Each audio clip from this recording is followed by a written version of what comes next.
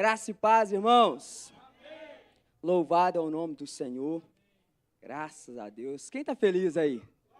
Eita glória! Que culto maravilhoso. Louvado é o nome do Senhor, irmãos. Pode se sentar, podem ficar à vontade. Louvado é o nome do Senhor. Batismo, novo nascimento, o selo da fé pública. Eita glória! A ceia do Senhor, a mesa do Senhor, o louvor, a adoração, a comunhão dos irmãos. Certamente já podíamos ir para os nossos lares, completamente cheios, mas a plenitude, a graça do Senhor ainda tem que ser transbordante na vida de cada um de nós. Obrigado, irmão. Então ainda tem mais. Vira para o irmão que está do seu lado e fala, ainda tem mais. Não fala desse jeito não, que ele vai achar que acabou. Fala assim, ainda tem mais. Aleluia, Deus tem sempre mais. Louvado é o nome do Senhor. Irmãos, é muita alegria a gente participar desse mover todo do Senhor, a gente contemplar, a gente fazer parte, a gente estar envolvido em tudo isso que Deus tem feito, não só em Lagoinha, mas de fato em toda a terra, o mover do Senhor. Quanto mais nós entendemos o que o Senhor está fazendo, mais nós entendemos o porquê nós nascemos, o porquê de estarmos nesse tempo, nessa geração, porque nada é à toa, irmãos. Você já perguntou para Deus por que você nasceu no ano que nasceu? Porque nada é aleatório. Você poderia ter vindo há 100 anos atrás, poderia ter vindo há 300 anos, participado lá de outros avivamentos, mas aprove ao Senhor perfeitamente, estrategicamente, que você viesse agora, nesse tempo, que você estivesse aqui, nesse dia. E não é aleatório, não é por acaso, porque Deus não tem nada com ele ao acaso. Ele sabia que hoje, nesse domingo de ceia, nesse domingo de batismo, você deixaria o seu lar, estaria sentado nessa cadeira, estaria vestido com essa roupa e estaria agora no seu coração com esse sentimento. Estaria nesse exato momento da sua vida para participar de tudo isso. Então não pense você que sua vida está como um carro desgovernado. Não pense você que está como uma folha solta ao vento. Não. Existe um Deus que cada detalhe da sua vida nunca escapou do controle dele. E aí você fala, não, irmão, mas a minha vida está... Ei, todas as coisas. A palavra dele, que é inerrante, fiel, digna de toda aceitação, nos garante que todas as coisas cooperam para o bem daqueles que amam o Senhor. Daqueles que foram chamados segundo o seu propósito. Ela está falando sobre você. Ela está falando sobre a sua família. Ela está falando sobre a sua casa. Ela está falando sobre você, que deixou tudo para estar aqui agora. Tudo está cooperando para o seu bem. Ainda que você não entenda, ainda que eu não entenda. Mas o nosso Deus, em toda a plenitude e perfeição dele, todas as coisas estão cooperando para o seu bem, para o seu crescimento, para o seu amadurecimento. O deserto não é lugar de morada, é lugar de passagem. Tudo está cooperando para o seu bem. Amém, irmãos? Aleluia. Irmãos, dentre tanta coisa, dentre um culto tão cheio, tão farto, diante de uma mesa tão farta e repleta do Senhor, de fato, não poderíamos deixar de tocar naquilo mais precioso do Senhor para nós. A mesa do Senhor. E isso é maravilhoso, porque isso enche e preenche os nossos corações. Então, nesse culto, nesse dia, eu queria também estender essa reflexão. Eu queria estender com os irmãos essa reflexão sobre essa mesa do Senhor, sobre a ceia do Senhor. O que Ele tem trago e dito e reverberado no nosso coração todas as vezes que nós participamos desse memorial. Desde aquele dia em que Ele, junto com os discípulos, se assentou àquela mesa, naquela ceia de Páscoa, e Ele instituiu esse memorial. Até hoje, isso tem um significado poderoso para a nossa vida. E eu queria meditar com os irmãos brevemente sobre tudo isso nessa noite. E é muito interessante, irmãos, porque de fato é um momento, como o pastor Guilherme trouxe aqui, é um momento de memorial. É um momento de relembrarmos, de trazermos à memória como foi uma ordenança do próprio Senhor, para que trouxéssemos à memória todas as vezes que participássemos desse momento. Então não era algo ritual, não era algo litúrgico, meramente repetitivo, mas era que, de fato, deveríamos participar a cada vez, trazendo à memória. E ele frisou tanto isso, ele deu essa ordenança, como eu comecei dizendo, não foi aleatório, não foi vago, mas, de fato, é porque era algo precioso para nós. E eu queria trazer isso tudo para a gente relembrar sobre o temor desse momento, não o temor pela ceia, né? A Santa Ceia, santo é aquele pelo qual nós participamos. A ceia é a ceia do Senhor, mas santo é aquele que fez, que se entregou, que se doou por nós. Mas que nós tivéssemos não o temor pela ceia, mas o temor pelo Senhor Jesus.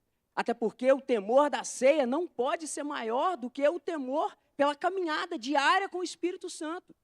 Ou seja, o temor de participar de uma ceia, ele não pode ser maior do que o temor do seu convívio diário com o Senhor, porque senão é religiosidade. Irmãos, de fato eu queria que o texto base, de fato foi esse que o pastor Guilherme trouxe, e a gente continue essa meditação, continue essa explanação sobre tudo isso. A Bíblia dos irmãos já até deve estar aberta, no texto de 1 Coríntios, primeira carta de Paulo aos Coríntios, capítulo 11. Mas vamos destrinchar um pouco mais acerca desse momento que nós acabamos de participar. Desde o verso 17, do versículo 17, vamos ler novamente toda a orientação do apóstolo Paulo acerca disso, acerca desse memorial, acerca disso que o Senhor tem feito por nós. Esse é um momento, de fato, separado, porque, como os irmãos bem sabem, a palavra santo, qual o significado de santo? O que é ser santo? Santo é ser separado. Então, esse momento é um momento separado. É um momento separado de relembrarmos o que o Senhor fez por nós. É um momento separado a gente participar, a gente se reenergizar com tudo aquilo que o Senhor fez de mais precioso por mim e por você. A igreja encontrou a primeira carta de Paulo aos Coríntios, capítulo 11, a partir do 17, todo o trecho diz assim: entretanto, nisto que vou dizer, não os elogio, pois as reuniões de vocês mais fazem mal do que bem. Em primeiro lugar, ouço que, quando vocês se reúnem como igreja, há divisões entre vocês. E até certo ponto eu o creio, pois é necessário que haja divergência entre vocês, para que sejam conhecidos quais entre vocês são aprovados. Quando vocês se reúnem, não é para comer a ceia do Senhor, porque cada um come a sua própria ceia, sem esperar pelos outros. Assim, enquanto um fica com fome, outro se embriaga. Será que vocês não têm casa onde comer e beber? Ou desprezam a igreja de Deus e humilham os que nada têm? Que direi? Eu os elogiarei por isso? Certamente que não.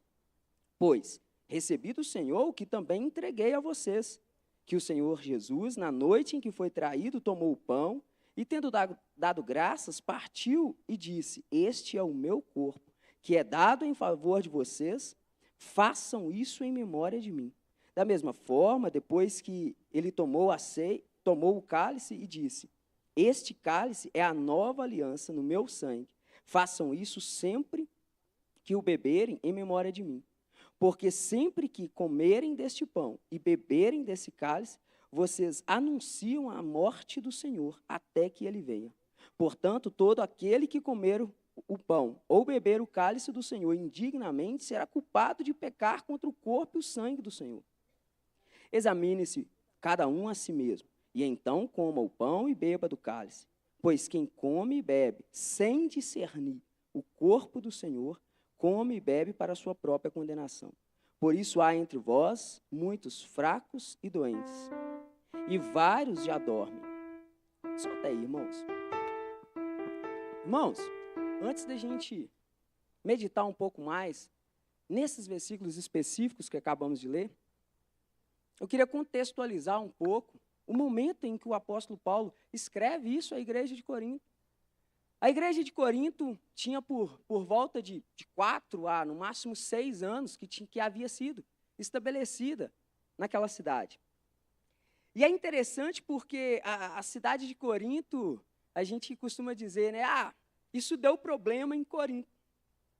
Isso deu problema na igreja de Corinto. Sobre os dons espirituais. Deu problema na igreja de Corinto. Sobre a comunhão e o relacionamento. Deu problema na igreja de Corinto. Aí a gente costuma dizer, o que não deu problema na igreja de Corinto? Mas não é muito diferente de hoje. É engraçado porque a gente pensa assim, nossa, há muitos problemas. Há muitos problemas na igreja? Sim, irmãos, há muitos problemas na igreja. Mas o problema é por quê? Porque está na igreja? Não, o problema está em nós. O problema está no ser humano.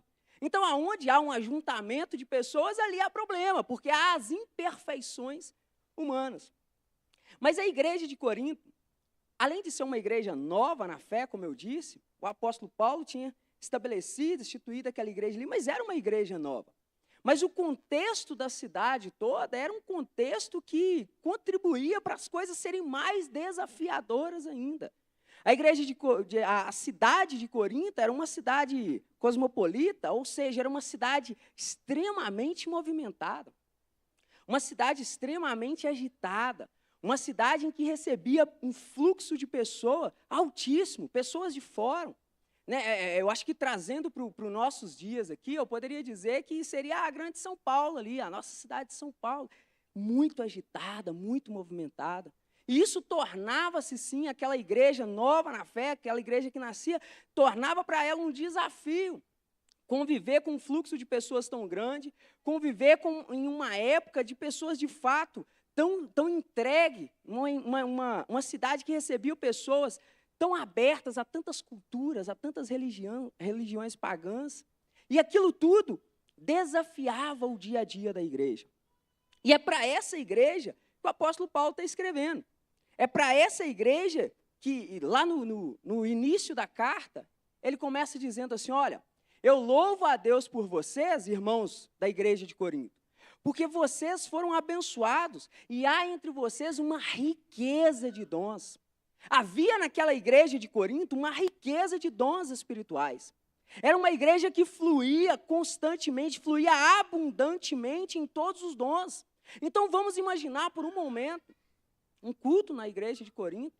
Imagina que reteté, que movimento, que negócio que não era. Enquanto profetizava, o outro curava, enquanto tinha revelação, o outro tinha visões, e tudo fluindo nos dons espirituais. Tanto é que o apóstolo Paulo tem que falar, calma aí, vamos aqui, 1 por vez, 2, no máximo 3, porque era uma abundância de dons naquela igreja. E a gente começa a ler nessa carta e fala, meu Deus, que glória, que igreja. Mas a gente leu o capítulo 1, leu o capítulo 2, no capítulo 3 o apóstolo Paulo começa dizendo, eu queria até ter falado com vocês como a espirituais, mas não pude porque vocês são carnais. Aí a gente, mas espera aí, não era essa a igreja que há 2 capítulos atrás ele fala que estava fluindo e tinha riqueza e tinha abundância de todos os dons? Sim, era essa a igreja, que Deus tinha abençoado com toda a riqueza de dons, de modo que o apóstolo Paulo fala que não faltava nenhum dom. Imagina isso, irmãos. Não faltava nenhum dom espiritual à igreja. Mas ainda assim, eles eram carnais. Ainda assim, havia entre eles divisões. Ainda assim, havia invejas. Ainda assim, havia separações entre eles. E a gente fala, como pode uma igreja dessa, com tantos dons espirituais, ainda era carnais? Mas aí o Espírito Santo hoje nos faz olhar para dentro. Fala, como pode, né, filho? Você que eu já fluí, você que eu já falei tanto, você que já recebeu tanta ministração, você que já pisou naquele lugar santo, você que hoje é a minha habitação, você que hoje é a minha morada, também há divisão, também há dissensão. E aí é que a gente recua e fala, peraí, né? Alto lá, antes de falar da igreja de Corinto. Primeiro vamos olhar para nós. Mas eu só quero contextualizar a qual igreja, em qual momento que o apóstolo Paulo está escrevendo isso. Nesse momento que o apóstolo Paulo está escrevendo para essa igreja de Corinto, rica em todos os dons, mas nova na fé, e ainda carnal, porque tinha divisão, é a essa igreja que ele começa dizendo no 17, ei, a reunião de vocês está fazendo mais mal do que bem, porque vocês reúnem para comer a ceia do Senhor, mas não há comunhão. Não há comunhão entre vocês. E aí ninguém espera por ninguém, enquanto uns comem demais, outros ficam sem. Enquanto os que mais têm, que mais contribuem, comem mais, o que nada tem, fica sem nada. Não é essa a intenção. Enquanto uns se embriagam, os outros nem provam da ceia. Não é essa a intenção. Se perdeu o propósito. É o que o apóstolo Paulo está dizendo. E ele continua explicando isso para essa igreja. Qual é o propósito? E essa reflexão, ela reverbera até hoje para nós. Nós acabamos de participar da ceia do Senhor, da mesa do Senhor. E qual é o propósito? Será que temos dado a devida relevância? Será que temos entendido a graça que é, irmãos, a graça, a alegria esplendorosa de participar dessa mesa do Senhor? Porque essa mesa do Senhor não diz sobre mim. Essa mesa do Senhor não diz sobre você, não diz sobre Lagoinha, não diz sobre o pastor Guilherme, não diz sobre a pastora Cláudia, o pastor Jairo, não diz sobre os pastores. Essa mesa diz sobre Ele, simples e puramente sobre Ele. E quando entendermos isso, assim como o apóstolo Paulo explicou também para aquela igreja de Corinto, olha, se vocês entenderem sobre quem está dizendo essa mesa, aí sim você vai aprofundar, você vai aproveitar da plenitude desse momento. Então, quando a gente começa lendo qual que era o objetivo dessa mesa, que ele fez tudo, o apóstolo Paulo está querendo dizer para aquela igreja assim, ei, se essa mesa diz sobre ele, não tem espaço para você achar que você tem a sua participação nesse momento. O momento da ceia não cabe a nossa participação, achando que a gente é merecedor, ou que a gente fez por merecer, ou que... Não, essa mesa só diz sobre Ele. Porque quando na presença daquele que é, não tem espaço para quem não é. Na presença daquele que é, o grande eu sou, tudo, não tem espaço para o nosso ego, irmãos. Essa é a verdade. Não sobra espaço para o ego humano. E o apóstolo Paulo está trazendo isso para aquela igreja. Porque na religiosidade, ela acolhe muito facilmente o ego. E quando a gente se aplica nas coisas do Senhor, a gente corre o sério risco de cair nessa religiosidade, achando que tem espaço para nós termos a nossa participação naquilo. Mas não tem. Quando nos assentamos diante da mesa dele, nós entendemos o quanto nós não somos merecedores, mas Ele, pela sua infinita graça, Ele se deu, Ele se doou, Ele se entregou, e é isso que nós temos que trazer à memória, que nós não éramos, nós não somos e nem seremos merecedores, mas é pela graça, Ele fez por amor a cada um de nós. Quando entendemos isso, não há outra posição senão a alegria transbordante, porque essa mesa está dizendo de um amor que o mundo nunca conheceu. Essa mesa, essa ceia que você e eu participou aqui, está dizendo de um amor tal qual, num nível que o mundo jamais havia experimentado, e nunca mais vai experimentar. Nunca vai haver um amor tão grande como aquele que se entregou, sendo nós ainda pecadores, Ele se deu por mim e por você. O objetivo dessa ceia é porque Ele, sem pecado, Ele veio aqui, não conheceu o pecado, mas Ele se fez pecado por mim e por você. Ele suportou a cruz que era minha, a cruz que era sua, a cruz que era de toda a humanidade. Ele pegou para si. Ele se deixou ser pregado nela.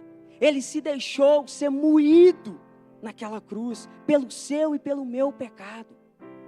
E quando ali, ele cumpriu tudo aquilo, do qual ele não merecia nada, porque ele era perfeito, o Cordeiro perfeito de Deus, sem um defeito, ele diz: tetelestai.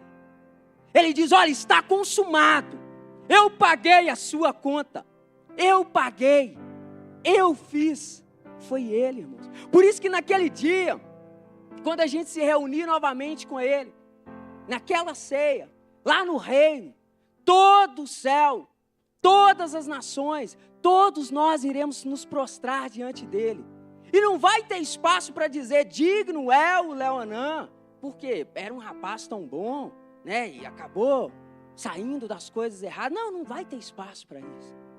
Não tem espaço para dizer: olha, digno era o João, porque largou o vício. Não, digno é o Cordeiro, porque foste morto e reviveu, e com o teu sangue comprastes para Deus todo o povo que procede de toda língua, tribo, nação. Só ele vai ser digno, irmãos, de toda honra, de toda glória. Só o Cordeiro é digno. Nenhum de nós vai ter nenhuma participação de receber nenhuma glória nesse momento. E quando nos assentamos a essa mesa, é isso que vem ao nosso coração: nós não somos dignos, mas ele se entregou.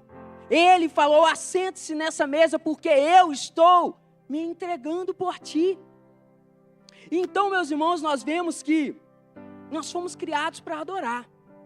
E se a gente não adorar ao único Deus que merece ser adorado, certamente nós iremos adorar coisas ou pessoas. Isso é certo.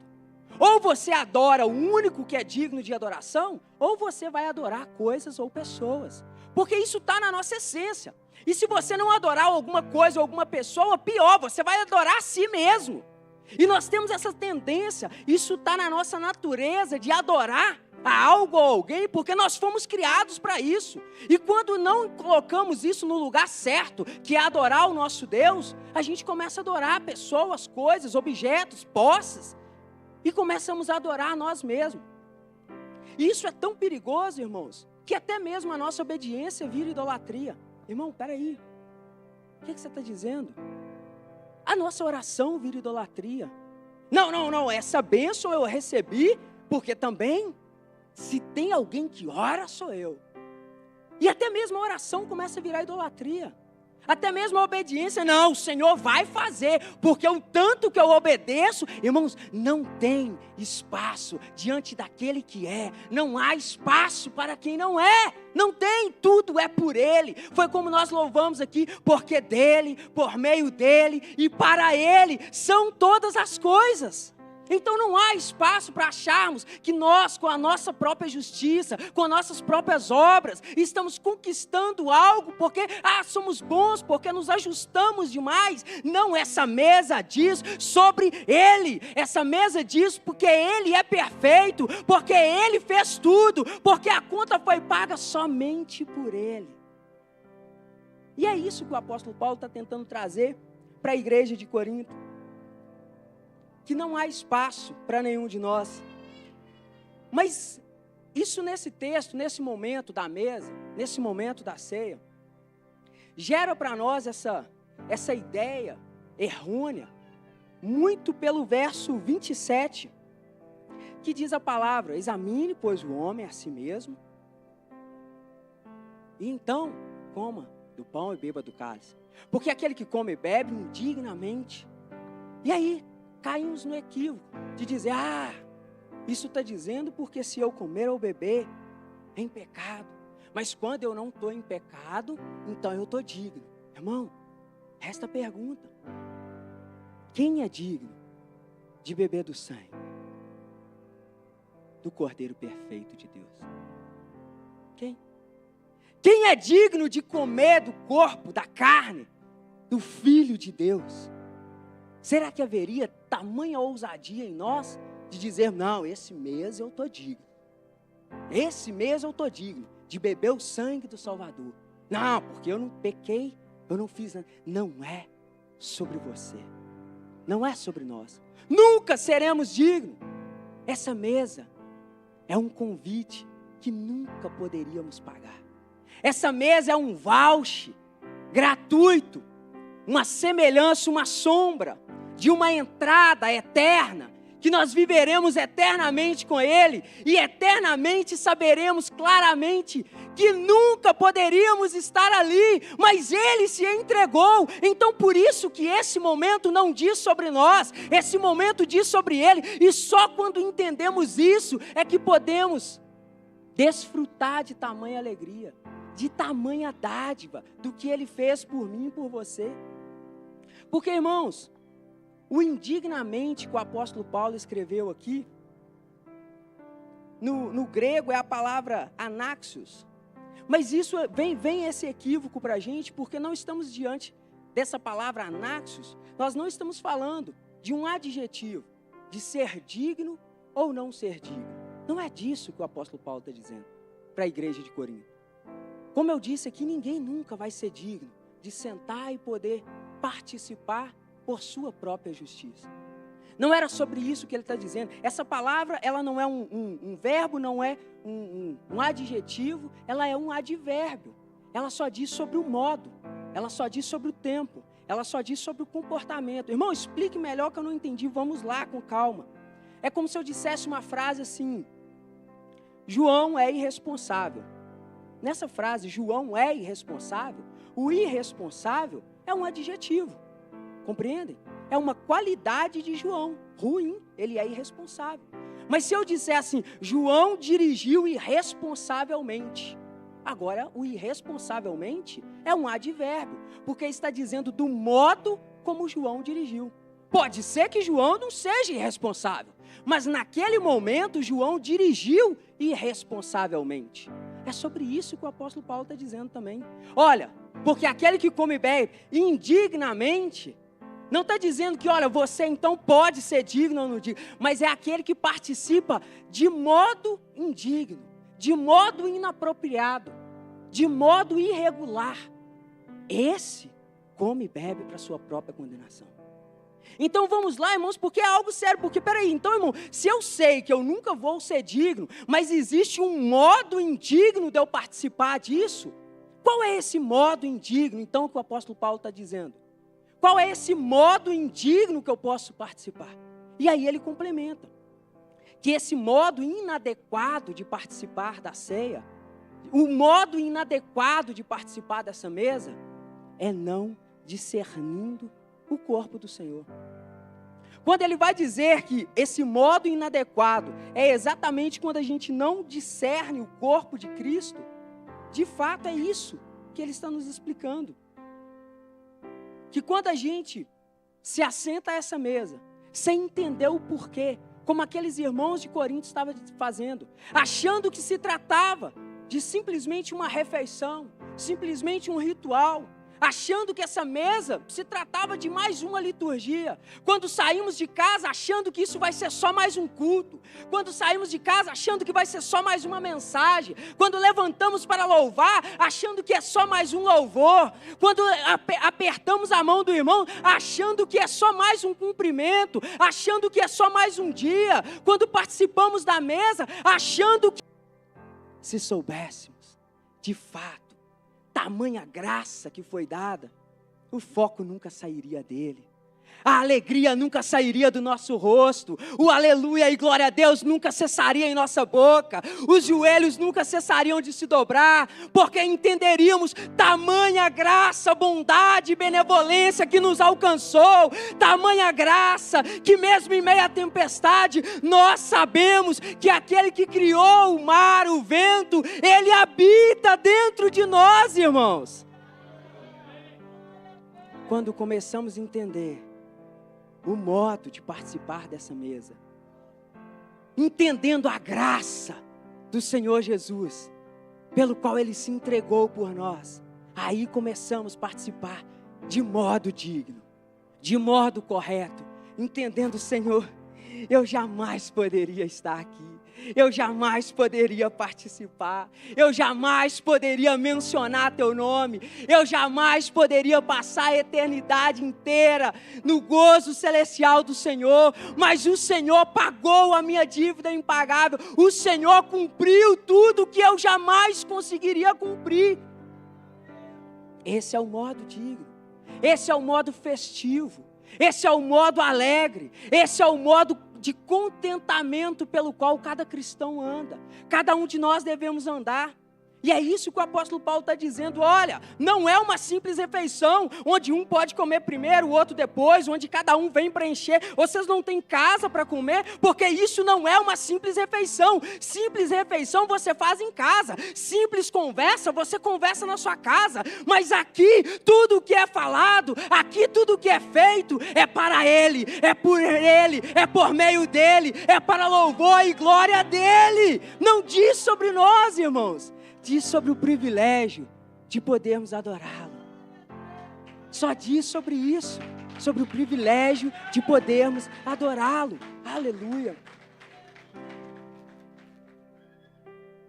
E quando o apóstolo Paulo diz sobre discernir essa mesa, entender, discernir é entender.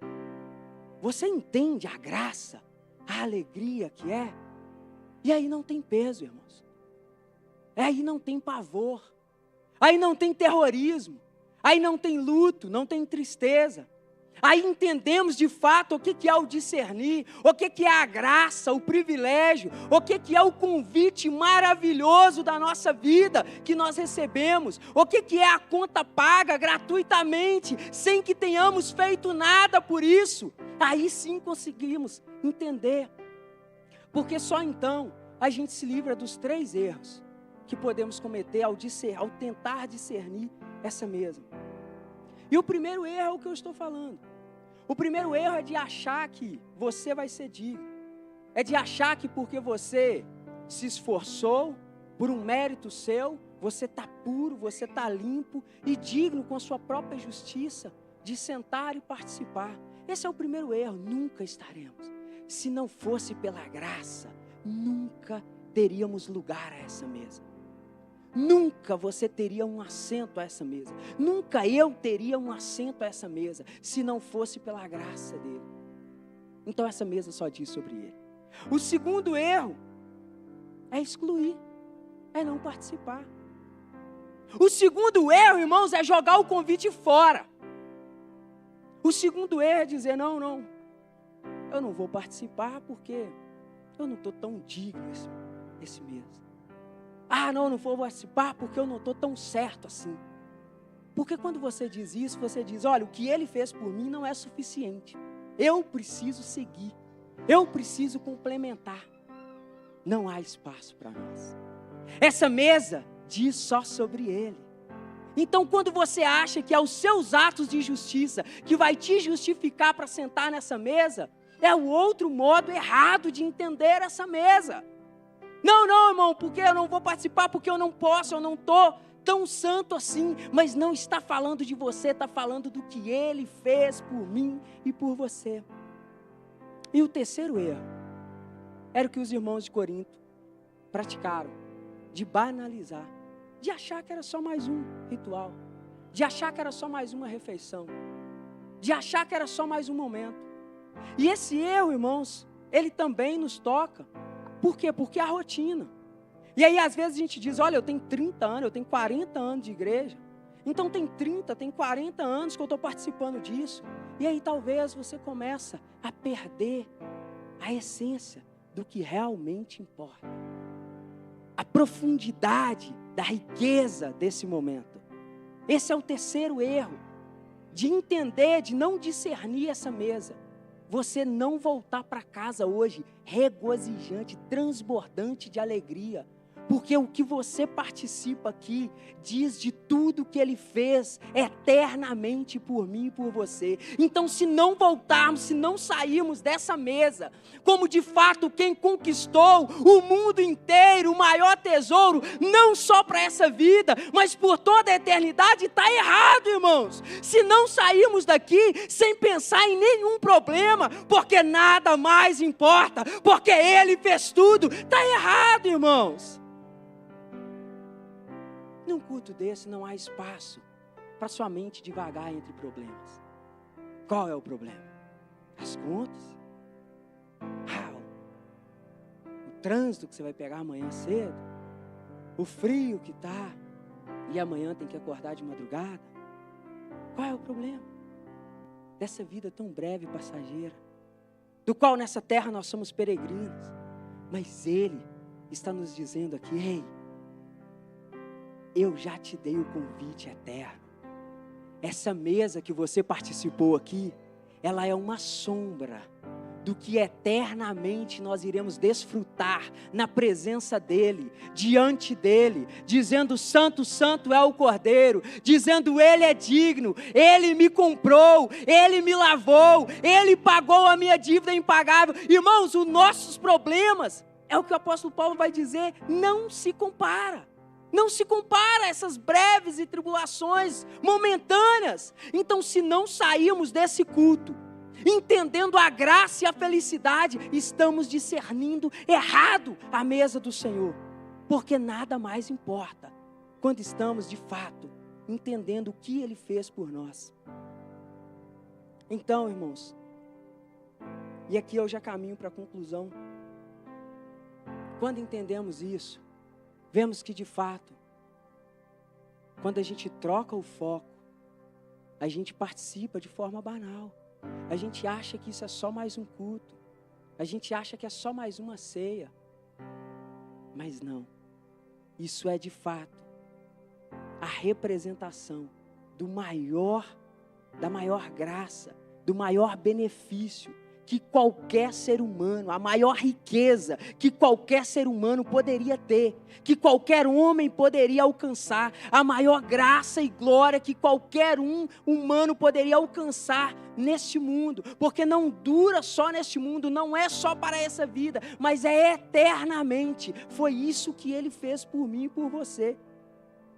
E a gente vê que como a igreja de Corinto não entendia isso e participava de forma banal, até mesmo os apóstolos, os discípulos, também naquele dia que o Senhor instituiu a ceia, também estavam não entendendo, não discernindo esse momento. Porque quando lemos em Lucas, no Evangelho de Lucas, lá no capítulo 22, nós lemos que o Senhor, dizendo essas palavras, no momento em que Ele estava celebrando essa mesa, juntamente com os discípulos, enquanto Ele falava isso e anunciava, que Ele diz: olha, fazer isso todas as vezes em memória de mim, porque assim vocês irão anunciar a morte do Senhor até que Ele venha, até que eu volte. Enquanto Ele falava isso, Lucas vai nos dizer que começou entre eles uma grande discussão de quem é que ia fazer, porque ele diz: olha, porque aquele que mete a mão no pão comigo, aquele que está aqui nessa mesa é o traidor. E aí eles começam a discutir: mas quem vai fazer isso? Quem será que vai trair o mestre? Mas nessa discussão, rapidamente, eles já começam a discutir outra coisa: quem de nós é o maior? Será Pedro? Será João? André? Felipe? Quem de nós é o maior? Irmãos, na mesa com o mestre, e discutindo quem era o maior. Qual dentre eles era o mais proeminente? E Lucas nos narra isso, que ele sentado à mesa, o Senhor falando de tudo aquilo que estava fazendo, que estava acontecendo, e eles discutindo quem era o maior entre eles. E aí a gente lê isso e fica: meu Deus, eles não estavam discernindo a grandeza desse momento, mas cá estamos nós, milênios depois, sentados à mesma mesa, participando do mesmo momento, com todo o entendimento que o Espírito tem dado, com o Espírito Santo habitando dentro de nós, e talvez pensando na segunda-feira, talvez pensando no boleto que vai vencer na terça. Cá estamos nós discutindo e preocupados, sentado à mesa com Ele, sendo a própria habitação dEle, mas pensando em coisas irrelevantes, irmãos. E é sobre isso que o apóstolo Paulo está chamando a atenção da igreja de Corinto. E o mesmo Espírito que estava no apóstolo Paulo, hoje habitando dentro de você, te chama a atenção para o mesmo ponto. Será que você também está sentado à mesa com o Salvador, com o Criador, com o Verbo vivo, com o Cordeiro de Deus, com a criação do mundo, aquele que fez tudo, aquele que disse haja luz e houve luz, aquele Espírito que pairava sobre a face das águas, e Ele começou a dar forma a tudo que Deus falava, e hoje Ele habitando dentro de você, e hoje você ceando nessa mesa dEle, e hoje você participando dessa graça toda, mas temos entendido a alegria disso, ou estamos nos distanciando, nos distraindo com tantas coisas superficiais? Essa é a atenção que o Espírito quer chamar. Esse de fato é o propósito que Ele quer centralizar nessa noite. Que saiamos daqui com nada na cabeça, além da grandiosa graça que foi estabelecida e alcançada na nossa vida, através daquilo que Ele fez por nós. E para entendermos, e aqui eu já finalizo, para entendermos a grandeza disso, o autor aos Hebreus escreveu algo que compatibiliza totalmente com esse momento. Esse momento que você acabou de entender através do Espírito, a graça que é ter um lugar a essa mesa. Não porque você foi justo demais, não porque você se esforçou demais durante o mês, não porque você passou uma semana perfeita, se desviando de toda a sombra do mal. Não, isso é um dever seu, por ter recebido tamanha graça. Isso é um dever meu, por tão grande amor que eu recebi da parte dele. Mas nós só temos parte nessa mesa, pelo que ele fez, pela graça dele que nos alcançou, sendo nós ainda pecadores. E o autor aos Hebreus, no capítulo 4, no versículo 14, ele escreve assim: portanto, visto que temos um grande sumo sacerdote, que adentrou os céus, Jesus, o Filho de Deus, apeguemo-nos com toda a firmeza à fé que professamos, pois não temos um sumo sacerdote que não possa compadecer-se das nossas fraquezas, mas sim alguém que de fato, como nós, passou por todo tipo de tentação, porém sem pecado. Assim, aproximemo-nos do trono da graça, com toda a confiança, a fim de recebermos misericórdia e encontrarmos graça que nos ajude no momento da necessidade. Eu posso ouvir um glória ao Senhor por isso? Quando entendemos, quando discernimos a mesa do Senhor, quando discernimos que esse momento é a graça que Ele já deu, entendemos também e concluímos com isso, que nós temos um sumo sacerdote, Jesus Cristo, Filho de Deus, o Cordeiro perfeito, e uma vez Ele apresentou um sacrifício perfeito ao nosso Deus, e pagou de uma vez por todas, todos os meus pecados, todos os seus pecados, todo o pecado do mundo inteiro. Ele era o Cordeiro que tirava esse pecado, e não mais precisamos oferecer sacrifícios, porque Ele já pagou. Quando entendemos isso, que o véu foi rasgado, que o caminho foi aberto, porque Ele se tornou o novo e vivo caminho, e que Ele, através do Espírito, passou a habitar em mim e você, e que agora nós temos o livre acesso, nós temos o livre caminho para nos achegar com toda a ousadia diante do trono da graça, para nos achegar com toda a ousadia diante do próprio Deus, sabendo que Ele usa de misericórdia, conhece as nossas fraquezas, mas nos ajuda no momento da nossa necessidade. É isso que nós acabamos de ler. É sobre essa alegria que temos, é com essa alegria transbordante que nós vamos para os nossos lares, entendendo que nada é maior que isso, nenhuma enfermidade, nenhuma dificuldade, nada é maior do que essa graça, nada é maior do que essa misericórdia que nos alcançou, nada é maior do que isso que transforma a nossa vida. Então eu gostaria de convidar toda a igreja a colocar sobre seus pés. E nesse momento, com essa clareza sobre tamanha graça que nos alcançou, que nós agradeçamos a Ele por tudo que Ele tem feito, que nós agradeçamos a Ele por tudo que Ele já concluiu por nós, Que de fato nós entendamos a tão grande misericórdia que nos alcançou e que nós nos achegamos então ao trono da graça com ousadia, sabendo que Ele já pagou por nós esse preço, e que nós não somos mais escravos, mas que nós estamos livres, porque Ele nos libertou, para a liberdade Ele nos libertou, para a glória do Senhor, para a liberdade, para viver em alegria, em plenitude, para que tenhamos vida e vida com abundância. Ele veio e pagou o que nós não conseguiríamos pagar.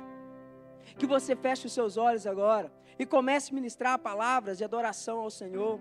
Comece a louvar ao Senhor agora com suas palavras, agradecer a Ele, porque só Ele pôde nos dar um lugar a essa mesa, porque só Ele pôde fazer por mim e por você aquilo que já era o nosso destino e que não conseguiríamos nos livrar, mas Ele veio, se entregou por nós. Comece a dizer a Ele o quanto você é grato agora. Comece a dizer a Ele que você reconhece essa salvação que foi lhe entregue de graça, gratuita, essa salvação que te garante a vida eterna. Comece a dizer a Ele que você é grato por isso, não pelas dificuldades transitórias desse mundo, mas porque de fato Ele nos livrou do castigo eterno, porque de fato Ele nos livrou eternamente, Ele nos salvou por toda a eternidade. Diga a Ele que você agradece e reconhece por isso. Ah, Senhor, obrigado. Obrigado, Senhor, porque como igreja, Senhor, hoje nós discernimos, Senhor, quão grande é o benefício de participarmos dessa mesa. Quão maravilhoso, Senhor, é o benefício de estarmos, ó Pai, diante do Senhor, assentados a essa mesa, Senhor, trazendo esse memorial de tudo que o Senhor fez, Senhor Jesus. E não há espaço para achar justiça em nós, porque de fato não há nenhuma, Senhor. Mas nós reconhecemos como a igreja, Senhor, nós reconhecemos que estamos aqui unicamente porque o Senhor fez. Nós estamos aqui unicamente porque o Senhor já constituiu tudo, porque o Senhor já consumou na sua graça tudo aquilo que nós não conseguiríamos fazer. Obrigado por isso, Senhor. Nós reconhecemos tamanha graça, nós te louvamos por tamanha graça, Senhor. Nós regozijamos de alegria por isso que o Senhor fez por nós, porque essa sim, Senhor, é a nossa maior alegria, Pai, e nada mais importa, porque por toda a eternidade nós já estamos salvos no Senhor. Aleluia. Obrigado por isso, Senhor. Muito obrigado, Senhor. E agora, eu queria que cada um de vocês orasse comigo dessa forma. Senhor Jesus, nós reconhecemos, Senhor, a graça que nos foi dada, o tamanho presente que recebemos diretamente do Senhor, quando o Senhor se entregou por nós. Obrigado por isso, Senhor. Eu te aceito, Senhor Jesus. Eu te recebo, Senhor Jesus. Eu te recebo, Espírito Santo. Eu te recebo em minha casa e em meu coração. Eu aceito a salvação que o Senhor me deu. E eu te agradeço, porque o meu nome está escrito no livro da vida, me aguardando para aquele dia eu estar diante do Senhor. Aleluia, louvado é o nome do Senhor. O Senhor é bom, Ele nos salvou. Aleluia. Irmãos, enquanto os irmãos ministram esse louvor, eu queria saber de você que fez essa oração pela primeira vez. Você nunca fez uma oração dessa. Você nunca publicamente confessou o Senhor como seu Salvador. Você nunca publicamente aceitou, reconheceu que você não era capaz, mas Ele pagou o preço por você. Que você nunca teria lugar à mesa, mas Ele fez tudo o que era necessário. E Ele entregou a você essa graça. Se você pela primeira vez fez essa oração, eu queria que enquanto os irmãos ministram esse louvor, você viesse aqui à frente. nós queremos orar com você, queremos orar por você, nós queremos selar publicamente esse ato de fé, de você que vai entregar a sua vida para Jesus Cristo, que você que vai confessar diante de Deus e dos homens, que você aceita essa graça, que você reconhece que Ele é o Salvador, você tem a total liberdade, sem constrangimento, de vir até aqui à frente enquanto louvamos ao Senhor.